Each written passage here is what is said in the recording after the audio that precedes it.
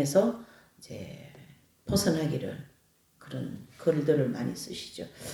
자, 그래서 이제 오늘은 14장 이제 영혼의 친구 찬송가 그런 주제입니다.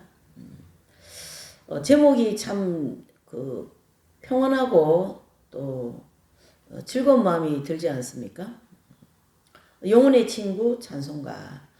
우리가 친구 참 많죠. 세상을 살다 보면 친구가 필요하고 그렇습니다. 근데 이제 그 엘리사벳 그 수녀님이라는 그분 성녀이신데요.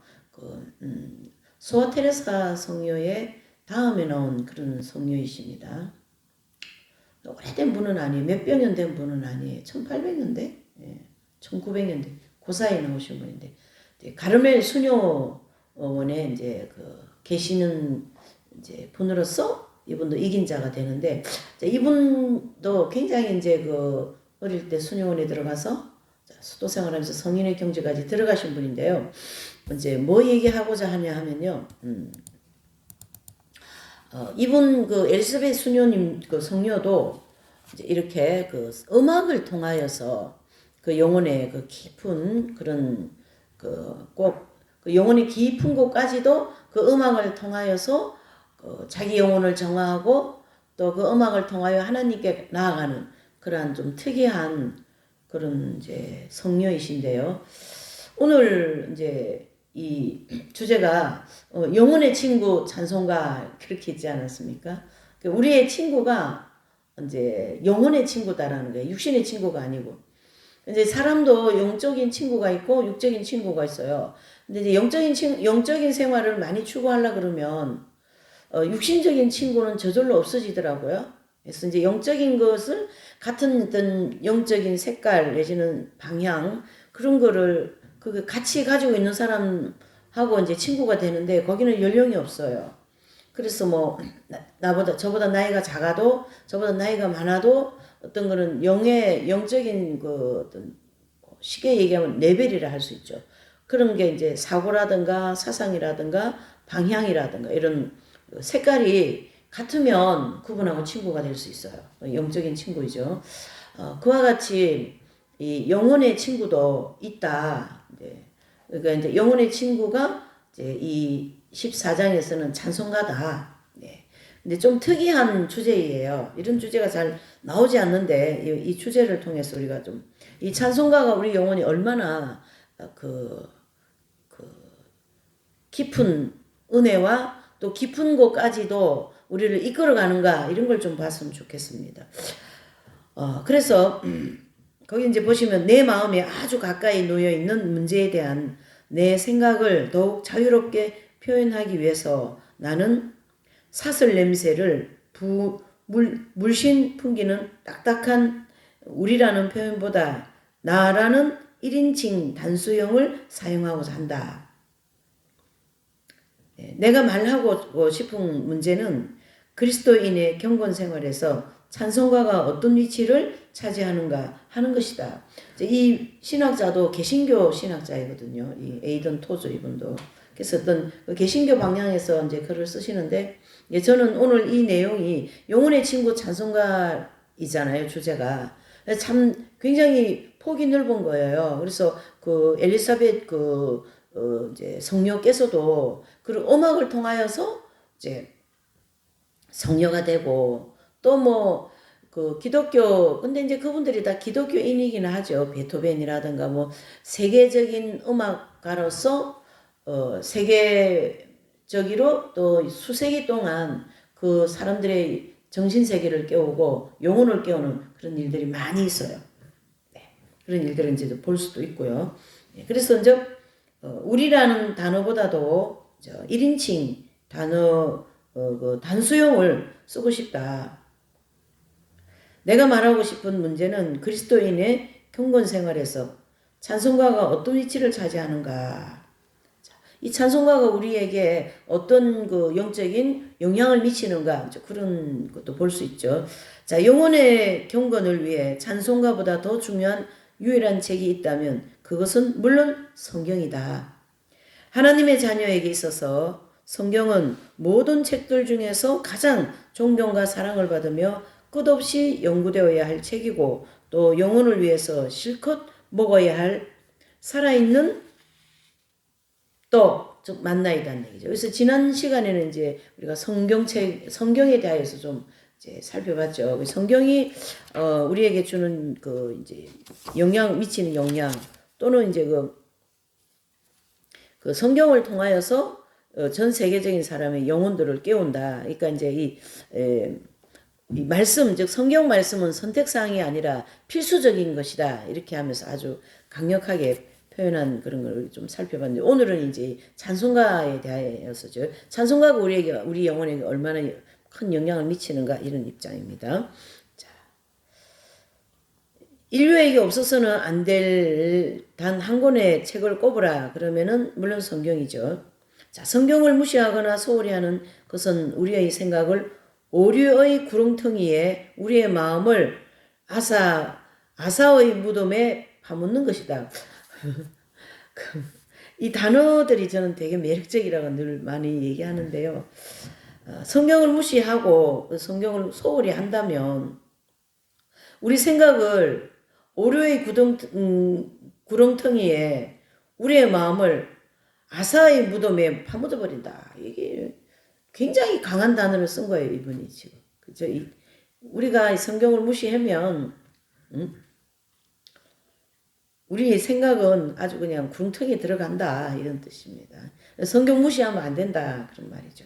자, 성경 다음으로 당연히 찬송가가 중요하다. 내가 어떤 단서도 붙이지 않고 주저없이 말할 수 있는 것은 영혼의 친구로서 성경 다음으로 좋은 것이 찬송가라는 것이다. 지금 내가 말하는 것은 단순히 노래책이나 복음성가 책이 아니라는 것을 잊지 말라. 내가 말하는 것은 지나간 여러 세대들이 우리에게 물려준 위대한 기독교 찬송들의 보석 같은 알맹이를 담고 있는 진짜 찬송가이다. 자, 이제 여기서 이분이 이제 그 보석 같은 찬송가 내지는 알맹이, 여러 세대를 걸쳐서 우리에게 물려준 위대한 찬송가, 보석 같은 알맹이를 담고 있는 그러한 찬송가를 지금 여기서 말하고자 한다. 이제 그렇게 이제 얘기하는 건데요. 이 찬송가 얘기를 하면 우리가 이분을 금방 떠올릴 수가 있어요. 그래서 찬송가 이제 찬송 그 작곡가로서 미국에서 나온 화닉 제인 크로스비라고 볼 수가 있어요. 그래서 이분 정말 눈이 이제 1820년에서 1915년에 이제 미국의 가난한 가정에서 태어났습니다. 그래서 이제 이분은 태어나면서 6개월 만에 소경이 돼요. 6개월 만에. 그런 절망적인 어려운 그런 이제 삶 속에서 95세까지 살아요. 엄청 장수하셨죠. 요즘에도 95세라면 엄청 장수인데 그 옛날에 95세까지 살았으면 정말 오래오래 장수하셨는데요. 그렇게 긴 세월을 이분이 이제 그 찬송가를 작시하면서 이제 8,000편의 찬송가를 남기고 성공적인 그런 인생을 살아간 것으로 전 세계적인 화니 크로스비를 모르는 사람이 없죠. 기독교인, 특히 이제 개신교에서 나온 분이죠. 그래서 미국에 이제 이런 데는 이제 개신교가 많이 활발하잖아요. 근데 이제 이 찬송가를 많이 부르잖아요. 근데 이제 이 화니 크로스비 이런 분들이 찬송가가 8,000편이 있다라는 거죠. 그래서 우리가 모르는 찬송가가 엄청 많다. 이렇게 볼 수가 있습니다. 그래서 오늘 이제 이 토저 이 책에 보면 이제 이 대목에 지나간 여러 시대들이 우리에게 물려준 위대한 기독교 찬송가이죠. 그 보석 같고 알맹이를 담고 있는 진짜 찬송가, 그런 진짜 찬송가가 이 화니 크로스비 이런 분들이 작곡하고 작시한 이런 찬송가에 정말 그 고난과 또 그 장님으로서 일생을 살아가는 그런 어려운 그런 정말 고난 속에서 피어난 그 아름다운 백합화 내지는 장미꽃 이런 아주 무게가 무거운 그런 기독교적인 찬송가다 이래 볼 수가 있는 거죠. 그래서 우리 한국의 찬송가에도 이제 이 화니 크로스비 이분이 작시 작곡한 그 찬송가가 23편이나 들어 있어요. 그래서 육신으로는 소경이었지만 오히려 영적인 소경들을 일깨우며 하나님의 영광을 높이는 귀한 삶을 살은 그러한 그 환희 크루스비 그런 분을 볼 수가 있습니다. 그 요한 웨슬레 목사님의 동생 요한 그 찰스 웨슬레 그분도 작곡 작사의 시 한 분이거든요. 그분은 뭐 성인의 경지 그 들어간지 그건 잘 모르겠는데 그분 찬송가에서 여러 번 볼 수가 있어요. 이렇게 해서 그 어떤 영혼을 깊은 그 영혼의 깊은 우리가 오늘 오전 예배 그 상막을 통하여 영혼의 깊은 지성소와 영의 성소를 이렇게 이제 보면서 하나님 나라를 좀 우리가 이제 살펴본 것처럼 영의 깊은 곳 그런 그 지성소까지의 이 찬송가를 통하여 이제 터치가 되는 거죠. 그 깊은 그 찬송가에 대한 가사 또 그것을 지은 분들이 정말 그 가난과 또 장님과 또 그런 고난 속에서 그런 심령 깊은 곳으로부터 우러나온 그런 이제 가사다 이래 볼 수가 있는 거죠. 알맹이죠. 현대복음주의의 큰 약점 중 하나는 기계적으로 사고한다는 것이다. 과거의 더 복된 시대의 영광의 구주를 밀어내고 그 자리를 대신 차지하고 있는 것은 실용적인 그리스도이다. 그래서 실용적인 그리스도에게 구원의 능력이 있는 것은 사실이지만 이런 그리스도는 실무적이고 법적으로 일을 처리하듯이 우리를 구원하는 분이시라고 이해된다. 좀 이제 이게 물론 그 복음성가를 통하여서 참 많은 영혼들을 일깨우고 많은 젊은 청년들에게 내지는 그런 청년이 아니라도 복음성가에도 은혜 있는 게 많거든요. 근데 이제 여기서 얘기하고자 하는 거는 이제 그런 것 정도보다도 더 깊은 거, 더 영혼을 일깨울 수 있고, 더 가사들이 다 고난을 통하여서 나온 그런 아주 사람으로서는 사람의 그런 어떤 지식으로서 나올 수 없는 그런 깊은 가사들이 나온다 이런 뜻입니다.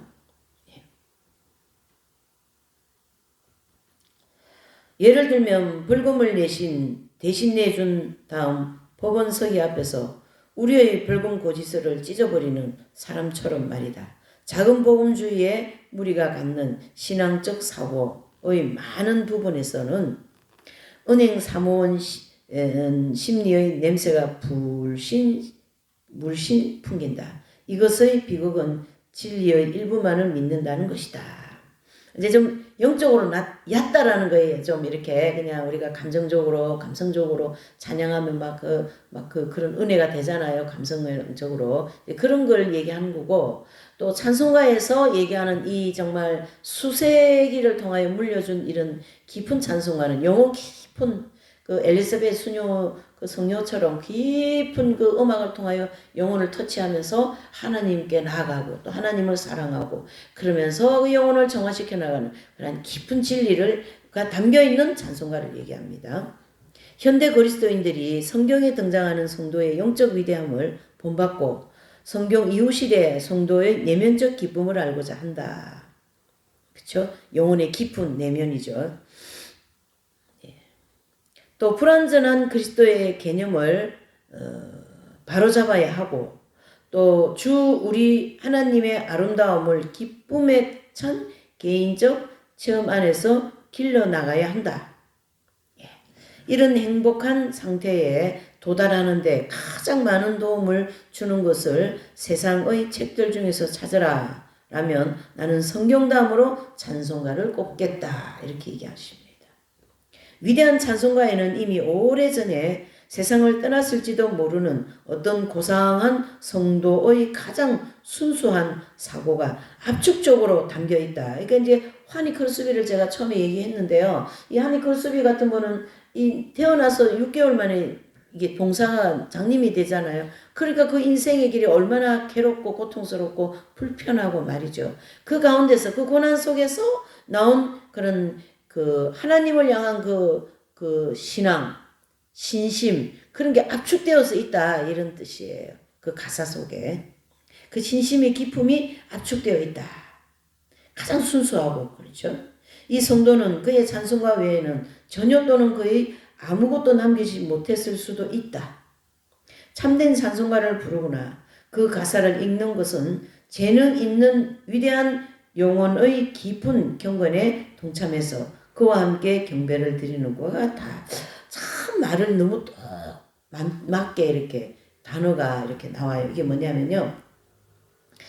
참된 찬송가를 부르거나 그 가사를 읽는 것은 재능 있는 위대한 영혼의 깊은 경건에 동참해서 그와 함께 경배드리는 것과 같다. 그러니까 이 참된 찬송가를 부르고 그 가사를 읽는 것은 그 재능 있는, 이게 환희 크로스비 같은 이분이 굉장히 이 재능이 있는 분이었던 거예요. 물론 그 장님이 되어서 굉장히 그 불편한 그런 이제 삶을 살았지만 재능은 누구도 못 따라가죠. 그래서 그런 막 가사, 찬송가 깊은 가사가 막 이렇게 나온 건데 그게 압축된 거예요. 그 영혼의 깊은 은혜를 줄 수 있는 그런 내용들이 압축되어 있다. 이런 뜻이 되는 거죠.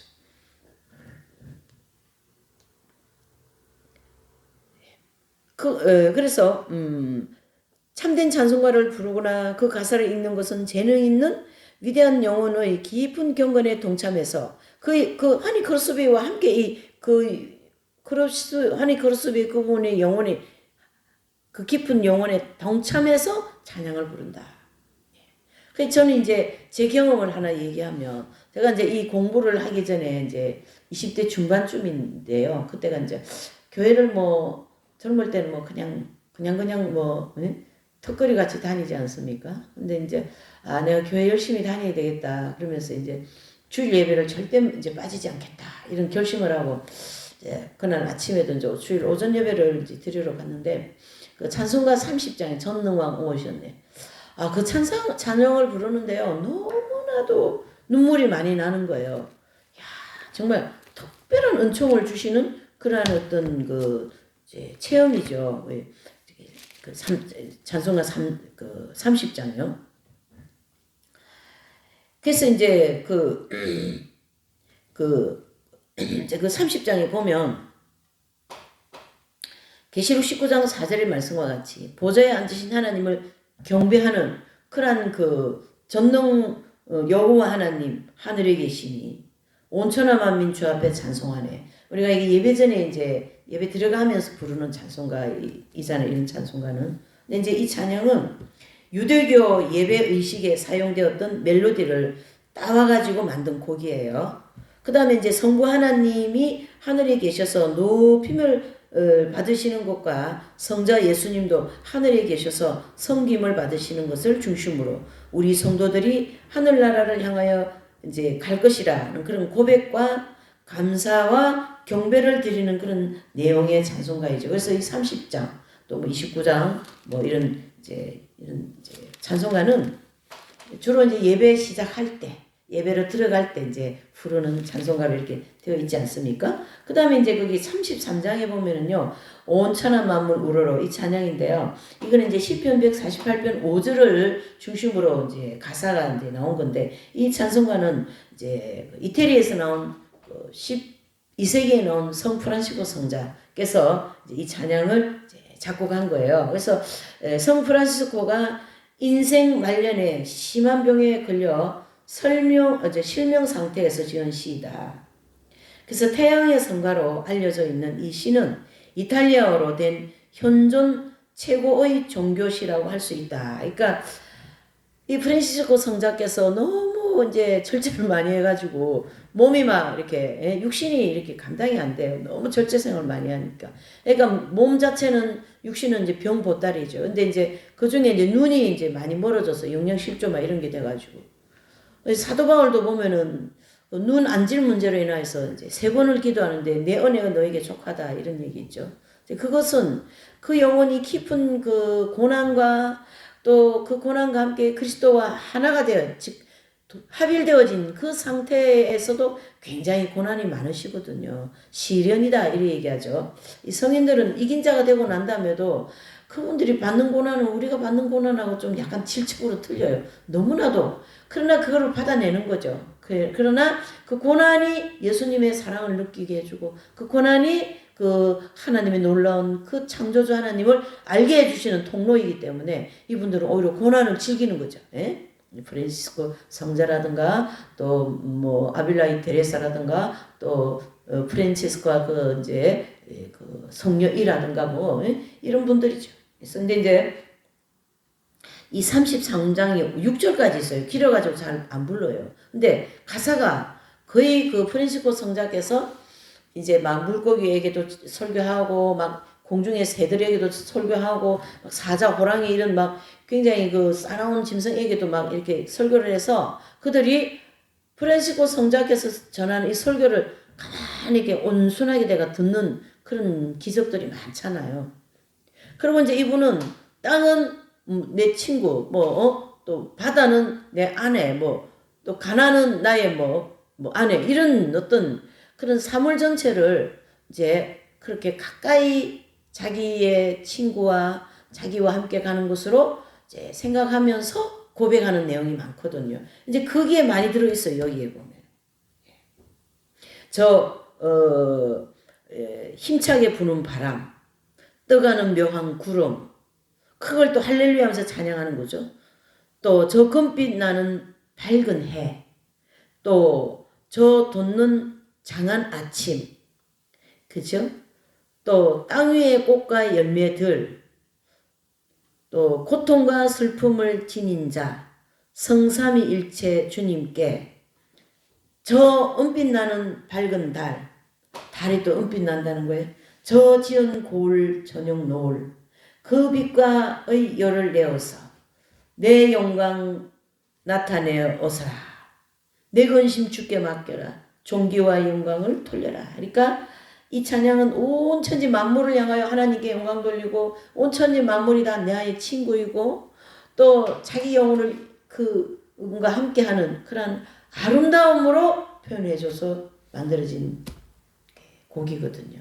그러니까 지금 이 책에서 얘기하는 그 수세기 동안 내지는 긴 세월 동안 우리에게 전달되어져 오는 이 놀라운 찬송가의 시, 이 시는 만약에 이 찬송가 33장 온천한 만물 우러러 이 찬양을 이제 부르지 않습니까? 그러면 프란시스코 성자의 그 영성과 그 영혼과 함께 이 찬양을 부른다. 이렇게 표현을 해주고 있는 거죠.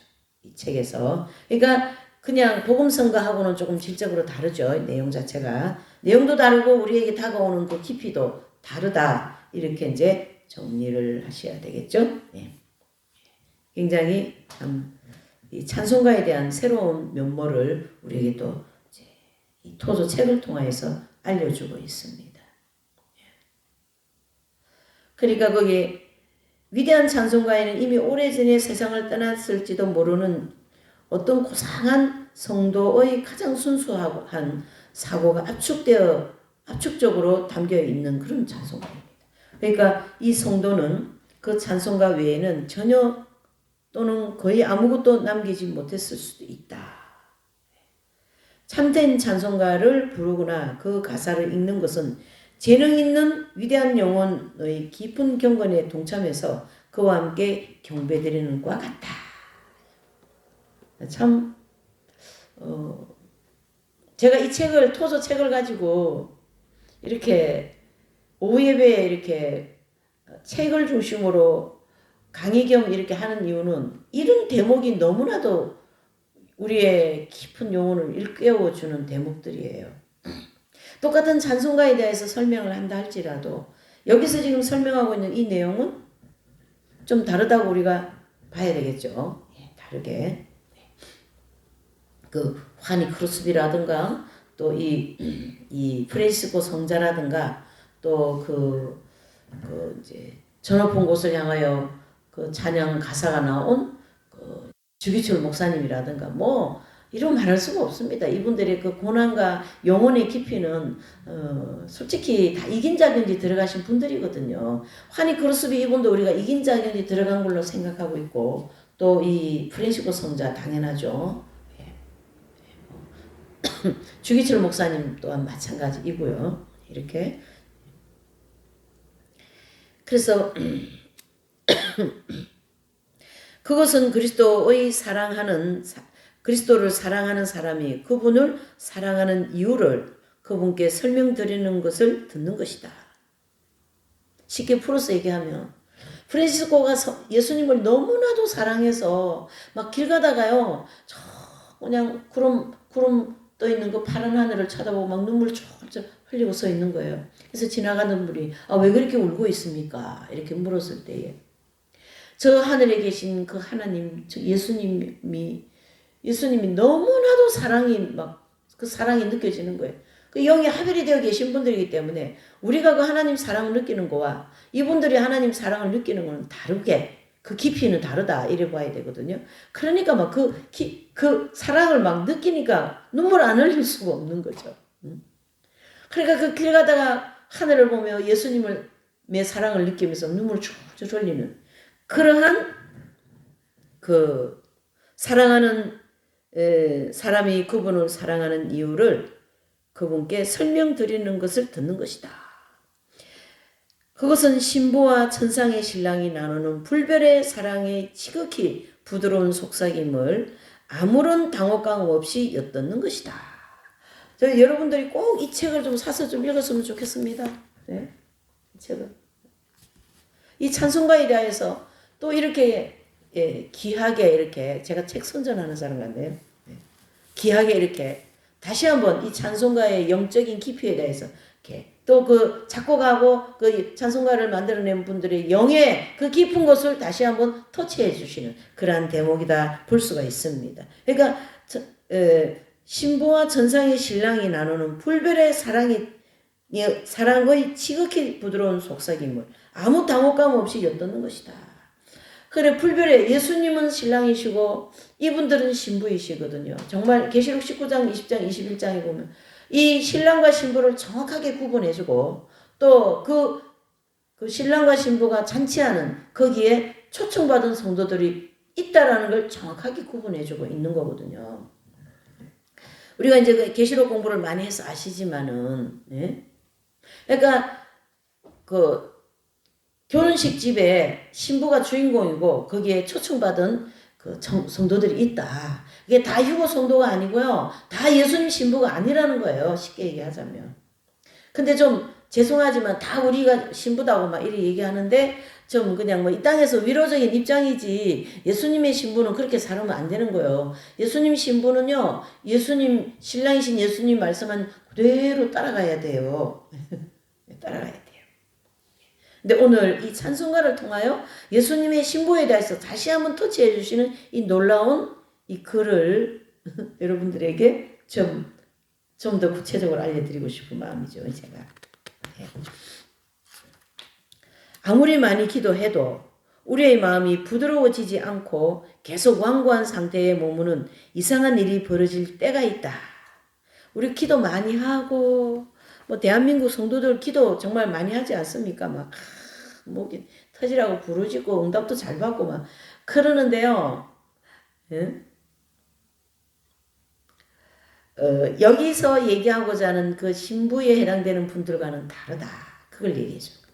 그럴 때 좋은 찬송가를 부르거나 읽으면 마음속의 아이스 잼, 그 이제 강이 얼음 덩어리를 흘러가지 못하고 쌓여 마치 댐처럼 된 그런 어떤 이제 그처럼 아이스잼, 그러니까 아이스잼이 뭡니까? 아이스 그 차가운 잼이죠.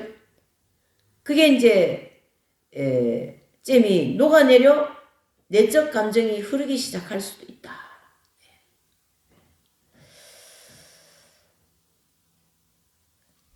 자, 인간의 감정은 묘한 것이라 감정을 불러일으키는 것이 쉽지 않습니다. 그런데 잘못된 방법으로 그릇된 동기에서 감정을 불러일으키게 되면 잘못된 일이 생길 위험성이 많다. 자, 이 감정은 말이죠. 성소에 해당되거든요. 그러니까 그 성막에 보면 영의 성소의 부분에 감정과 마음이 이렇게 속해져 있어요. 그래서 이 감정은 어떤 형태냐면요. 지금 이 공간 안에 만약에 이제 연기가 저 구석에서도 있다가 조금 있으면 이쪽으로도 오기도 하고 또 이쪽에 있다가 저쪽으로 가기도 하고 그러니까 이 감정은 마음 안에서 여기 왔다 저기 갔다 하는 것처럼 기복이 있다 이런 뜻입니다. 기복이 있다. 근데 이 찬송가의 그 이 깊은 내용의 찬송가는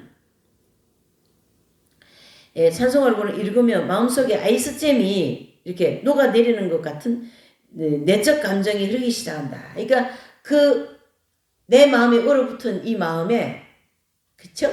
거기에 그 찬송가가 이렇게 흘러들어오면 그 얼어있는 잼이 이렇게 녹아서 흘러내리는 것처럼 내 마음이 이렇게 그 찬송가를 인하여서 그 영의 깊은 걸 터치하면서 잼이 녹는 것처럼 내 마음도 녹아내린다. 그 뜻이에요. 그렇죠?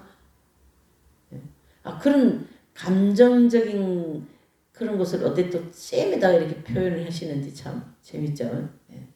그러니까 우리의 감정이 이게 어떤 때는 각구도 있고 어떤 때는 막 그냥 이게 감정이 이렇게 좀 왔다 갔다 한다 이런 뜻이거든요.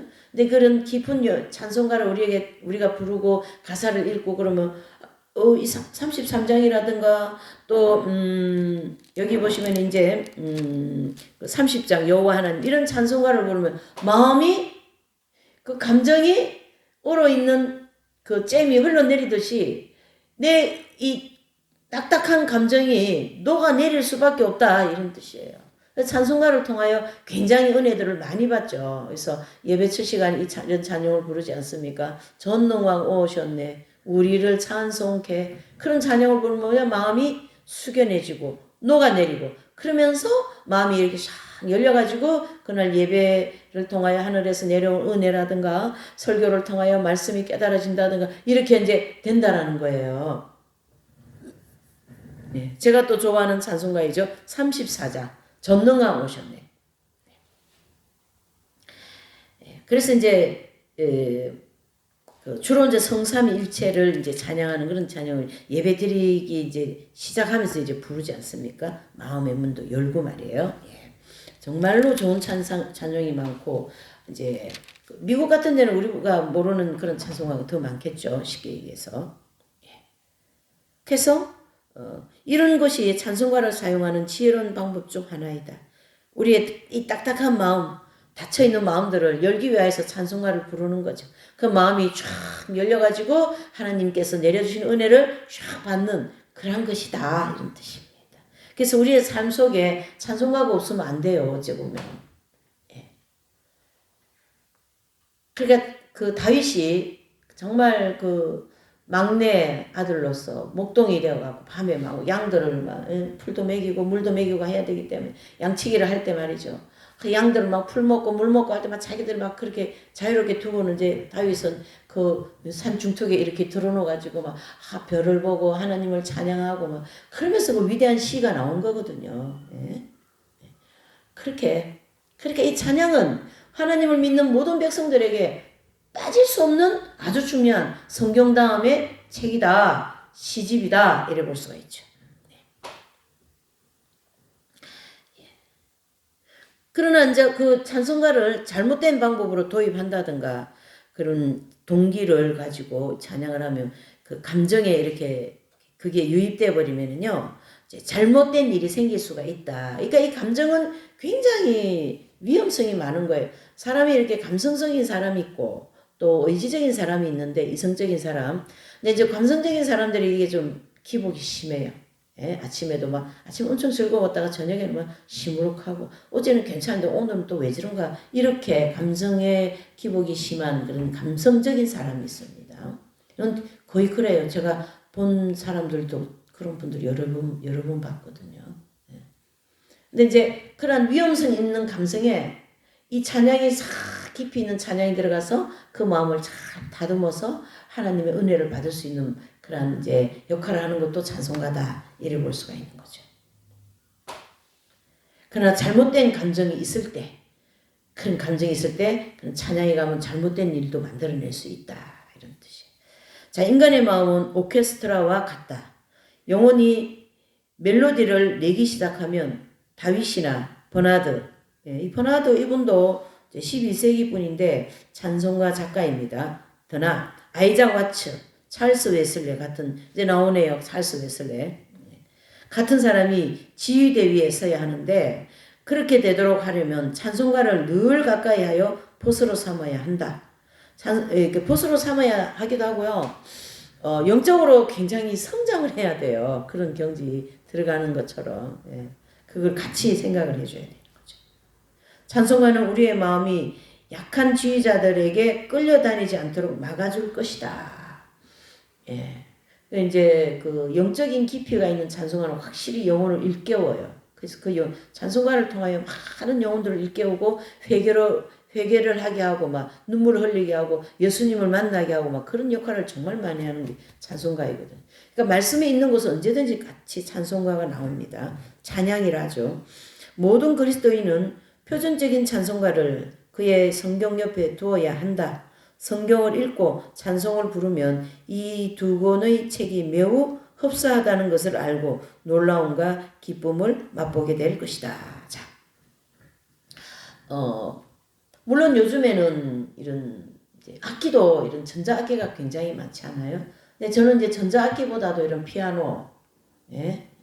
피아노 악기 아니면은 뭐 오르간 이런 거는 되게 좋은데 요즘 같은 경우는 이 전자악기나 내지는 복음성가를 통하여 또 많이 사람들을 이렇게 일깨우고 또 뜨겁게도 만들고 부흥회도 하고 막 이제 그러는데요. 이제 조금 더 깊이 이렇게 들어갈 것 같으면 이제 찬송가 내지는 좀 성인들이 만들어 놓은 이런 뭐 가사 저 높은 곳을 향하여 이런 찬송은 얼마나 깊은 내용이 많습니까? 그 고난을 통하여 하나님 나라 들어가는 그런 그 과정을 그 찬송가 시를 통하여 잘 이렇게 표현을 해주고 있지 않습니까? 또 그 하나님 삼일체 하나님에 대해서 막 이렇게 찬양하고 그분을 드러내고 그분을 그 영광을 돌리는 그런 그 가사의 찬송가를 부르면 영혼이 일깨워지지 않을 수가 없어요. 아무리 강박한 심령도 그냥 다 일깨워지고 마음의 문이 열리고 막 그런다라는 거죠. 그래서 우리가 이 성경책은 늘 있지 않아요? 교회 나가는 분들. 거기에 또 언제든지 찬송가도 같이 있어요. 그리고 이제 가정 예배 드릴 때 찬송을 부르고 신앙 고백하고 그 다음에 이제 말씀을 보고 또 찬송 부르고 기도하고 이렇게 하지 않습니까? 그러니까 찬송가는 이게 빠지면 안 되는 거예요, 솔직히. 솔직히 말씀은요 굉장히 딱딱해요.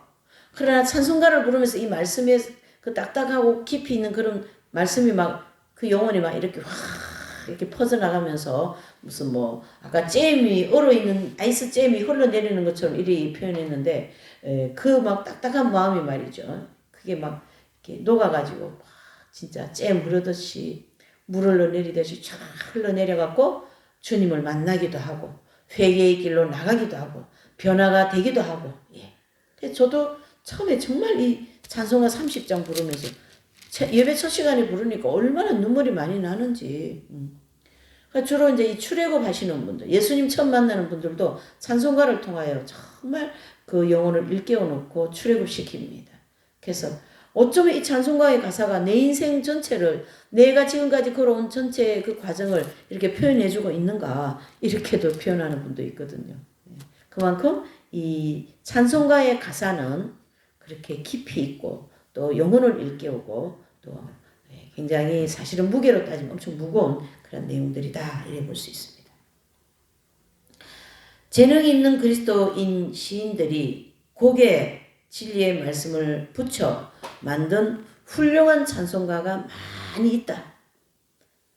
아이작 와츠와 찰스 웨슬레, 다윗의 수군과 바울의 편지들을 결합해서 기쁨과 깨달음을 동시에 주는 노래하는 교리 이렇게 얘기했어요. 노래하는 교리. 예, 오늘 정말 이분이 찬송가라고 하는 주제를 가지고 다양한 이런 그 찬송가의 중요성, 찬송가의 영적인 깊이, 찬송가를 통하여 그 그리스도의 신부를 드러내는 그런 어떤 내용을 지금 오늘 이 책에서 말씀해주고 있는 거죠.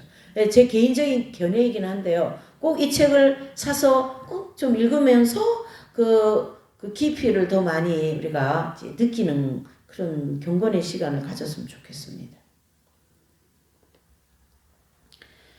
그래서 찬송가 사도 바울의 말씀과 시편이라든가 이런 그 말씀을 그 중심으로 해서 가사가 나오지 않습니까? 그게 노래하는 교리라는 거예요. 노래하는 교리. 노래하는 교리. 참.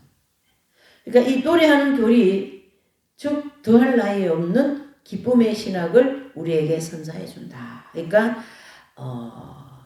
이 찬송가가 노래하는 교리, 또 이 찬송가가 기쁨의 신학을 우리에게 선물로 준다, 이런 뜻입니다. 그래서 신학도 굉장히 딱딱하지 않습니까? 성경 공부만 하면 정말 딱딱하거든요. 근데 거기서 찬양을 부르면 이 딱딱한 하나님의 말씀이 막, 이 딱딱한 신학, 이 말씀을 정리해 놓은 게 이제 신학이잖아요, 학적으로. 그러니까 그 딱딱한 신학들이 막 오히려 또 확 이렇게 꽃을 피워가지고, 예. 그러니까 인내, 계시록 3장 10절의 말씀, 인내의 말씀을 지키는 자는 그랬어요. 시험의 때를 면하게 해주리라. 거기에 인내라고 하는 찬양을 부르면은요, 그 인내라는 말씀이 더 환하게 피어나고 또 우리의 가슴에 그게 더 깊이 이렇게 와닿아가지고 우리 영혼을 막 울리는 거죠. 우리 영혼을 막 기쁘게 뛰어놀도록 만들어주는 게 그 찬송가다라는 거예요. 그러니까 노래하는 교리, 또 뭐예요? 기쁨을 우리에게 선사하는 기쁨의 신앙, 이렇게 마무리를 해주고 있습니다. 그래서 이번 한 주간에는 정말 그 예수님의 지금 이제 그 사순절을 우리가 이제 지나고 있지 않습니까? 그 예수님의 그 사순절을 통하여서 우리가 정말 그 십자가, 그렇죠? 예, 고난의 십자가, 그런 찬양을 좀 부르면서 이제 그렇게 이제 사순절의 시간을 더 십자가의 예수님을 더 많이 생각하면서 부르면은 더 좋을 것 같다, 그런 생각이 듭니다. 그래서 찬송가 이제 이렇게 보면은 이제 속죄에 관계되는 찬송가가 있잖아요. 그러니까 보혈에 관계되는 찬송가, 또 속죄 은혜에 관계되는 찬송, 또 성령의 은혜에 관계되는 찬송, 이렇게 쭉 있습니다. 이제 그런 찬송가를 이제 많이 부르고, 또 이제 211장, 그렇죠? 그 참혹한 십자가의 그런 찬송가를 우리가 부르면서 더더욱이 이제 그 산송을 통하여 예수님의 십자가의 고난과 또 속죄와 부활, 그런 것을 더 많이 깊이 묵상하는 한 주간이 되었으면 되시기를 예수님 이름으로 축복하면서 기원을 드립니다. 자, 211장 한 장 이제 우리가 부르면서 예배를 마치도록 하겠습니다. 찬송가 211장입니다. 그 참혹한 십자가. 이 찬송가는요, 이제 그 가사 설명을 이렇게 보면,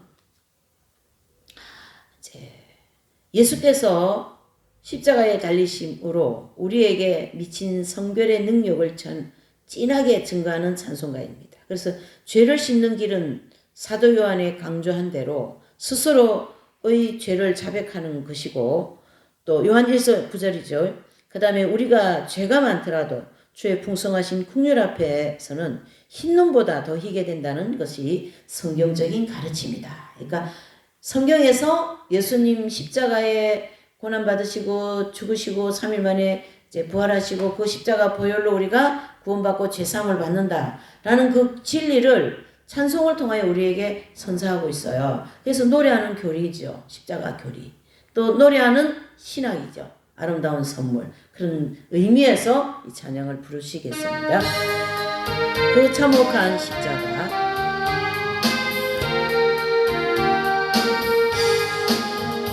그 참혹한 십자가에 두 달려 흘린 피 샘물같이 늘 흐르니 죄 많은 형제여 법 없어도 다 나와서 내 죄를 고하며 흰눈보다 더 희도록 참성결 얻으리 나 믿노라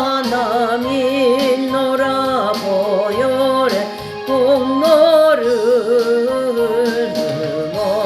흠없어도 피 흘리사 날 구원하셨네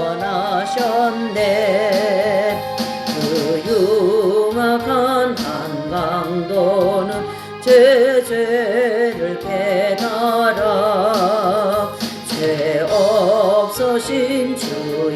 예수님 구주로 믿었네. 아멘. 내 지은 죄 흉악하나 주 예수 믿으며 용서받은 강도같이 곧 용서받으리.